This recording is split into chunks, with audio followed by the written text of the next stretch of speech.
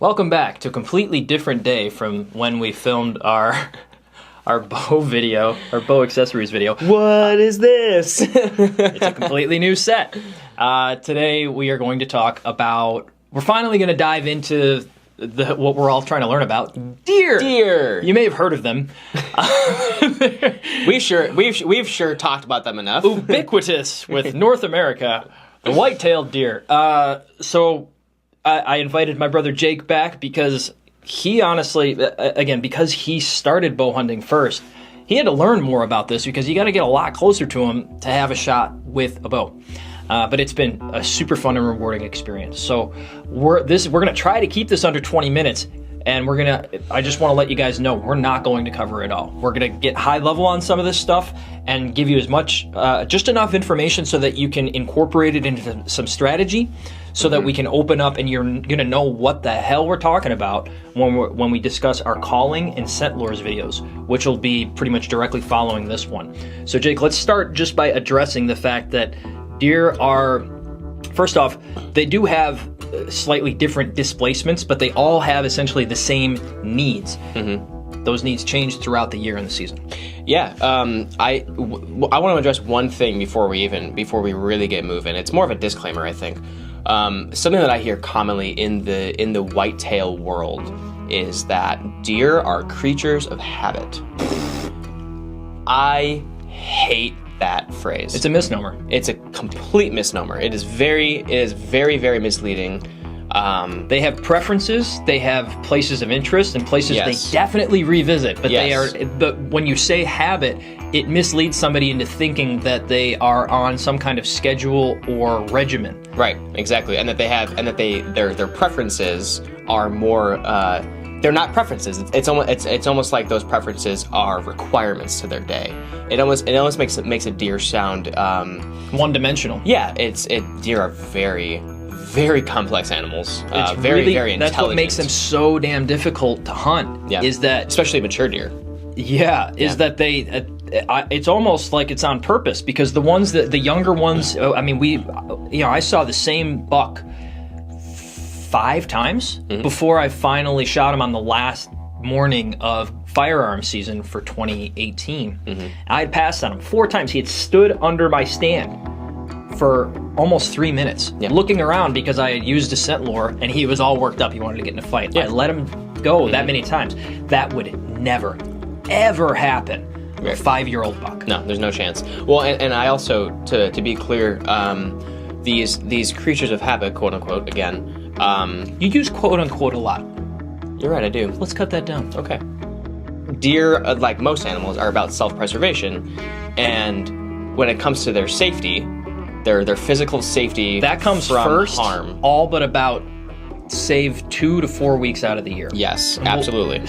Let's before we get into what you guys are all probably imagining this video was going to be about, which is the breeding phase, the rut phase, we want to explain to you that it's advisable to do a bit of scouting ahead of your season, ahead of opening day, but deer needs are going to change a bit based on, first off, for instance, they grow new antlers. Bucks grow new antlers every year. They really need and seek out some certain minerals and nutrients to be able to grow those. I mean, they got trees growing out of their heads, for Christ's sake, and they do it every year. It's bone. That's the main difference between deer and, say, sheep, or bulls. Is another good example. Is that antlers are made of bone, and horns are made of keratin. Mm-hmm.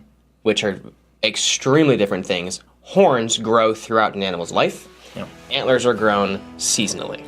Yeah. So just understand, again, trying to keep it as high level as possible, that when you start this process, the deer are going to be seeking out different things, and their habits are going to be a little bit different than, say, like if you're doing it in the summer, than as you get into October and especially November. Mm-hmm. And by December, January, their needs are entirely different, and they're in sort of a separate lockdown mode, and essentially none of the stuff that was working for the prior 2 months might necessarily work. It doesn't mean that you can't necessarily hunt the same places, but you do need to adjust for that in your strategy. And when we're talking about strategy, Really, it's hypotheses. It's educated guesses. You're going to be wrong about 51% of the time, or more. Honestly, it's more. If you're batting, if you're batting like in the MLB, 300, you're pretty good, and that's just in terms of seeing deer in the number of your sits. For a first year out on public land, if you're doing that well, you're doing great. I think it's important to tailor expectations as we go into this, because I don't see deer every time I go out. I would say at this late in my career, I'm still only seeing them maybe once every other sit, and of those, I probably have real opportunities half of that time. So less than a quarter of the time, I have an option to actually take a shot on the deer. Mm-hmm. And I tallied it. It was 26 days in the stand in 2018 into 2019, because I hunted all the way into January until I was able to fill one of my archery tags, finally. But I had also had opportunities on, it was, I think, 17 or 18 deer total, and I had seen a total of more than 30. So, that's not to brag or to create expectations for you. I'm saying that based on all the years of research and just general experience and knowledge from being in the woods, that's how far that's gotten. And being in the same set of woods, I think, is a huge because we've been hunting the same place primarily for the past, was our 8th year down there? Yeah, so we've and every single year we learn a little bit more about the property itself. I mean, you can only do so much with Google Images and so on and so forth. You have to actually physically be a part of the land, walk it at different times of the year to know and understand exactly what features there are for those deer. So for John to have seen, you said 30 deer total? Yeah, it was. I didn't actually count the exact number, but I've seen it's definitely more than 30 deer from the stand. Seen. Yeah, right. And then I had 20 something within bow range of me. Yeah. Well, and conversely for myself, I wasn't in the stand quite as much. Actually, as if you count the one day early January when I took out Mona, who was one of the mentors from the Illinois Learn to Hunt program, just that day we 15. saw 18. Yeah, including a nice 3.5-year-old buck. Yeah, those are and now. It's just an army of does. That's because the property that we hunted, that's directly adjacent to agriculture, and it's really predictable that they're going to go out there.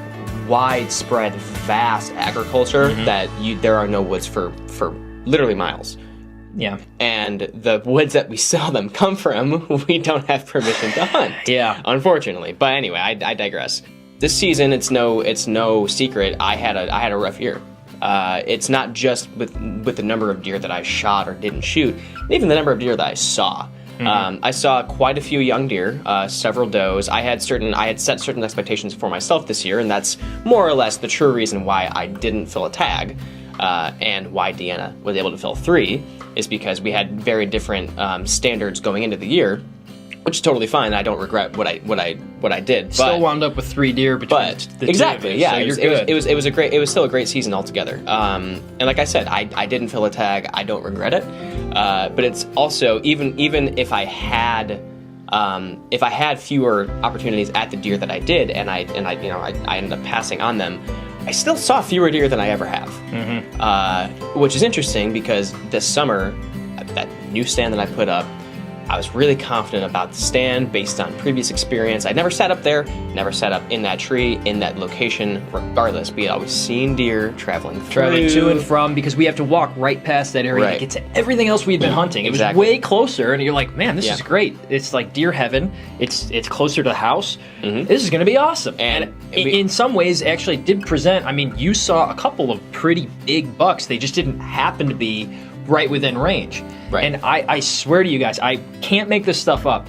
The second to last day of my whole season, I sat in Jake's stand. One of the few times that I sat in Jake's stand. And I didn't see anything. Nothing. And then the next day, the last day of my season, I went out and I sat where I had traditionally seen deer coming to and from, and I had seen one really nice buck come from. As well as a couple of does. I had even shot my first doe this year, the first firearm season. She was going directly to that place where I was sitting. I tucked myself in under a cedar. I said, you know what? I would rather have a chance to be close and get busted than just watch it walk across the field yet again. Because between myself and Jake, we had seen so many deer just passing back and forth between that area. I go and sit in that area, and I swear to you, I would not make this up. I saw the second biggest deer I would have ever had a shot on, and he was broadside at 20 yards from Jake's stand. Yep. I had gone that day. The day that I crossed the field and went 80 yards away, I turned and I actually got the camera on him for just a couple of seconds. He was standing there with a 1.5-year-old buck. He was a spike who had already dropped his one antler, and for some reason they were just standing right there. Sometimes it's like they know, man. In the late spring, early summer, I did hang a trail camera directly next to where that stand ultimately went. Wound up, yeah.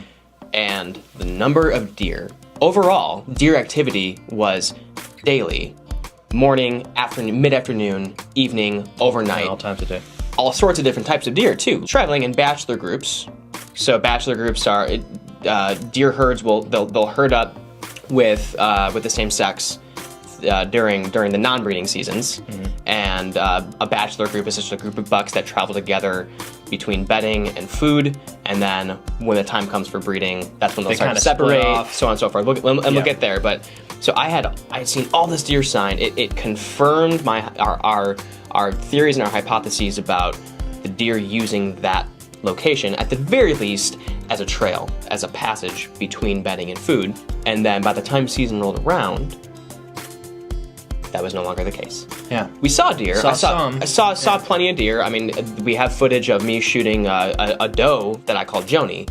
Joni was the largest doe, one of the largest bodied in the deer. world. Yeah. She's huge. Yeah, I would. You could see just meat just hanging off her. I would. What is wrong with this deer? Yeah, I would estimate her at least 180 pounds. Yeah, and probably like 175 years old.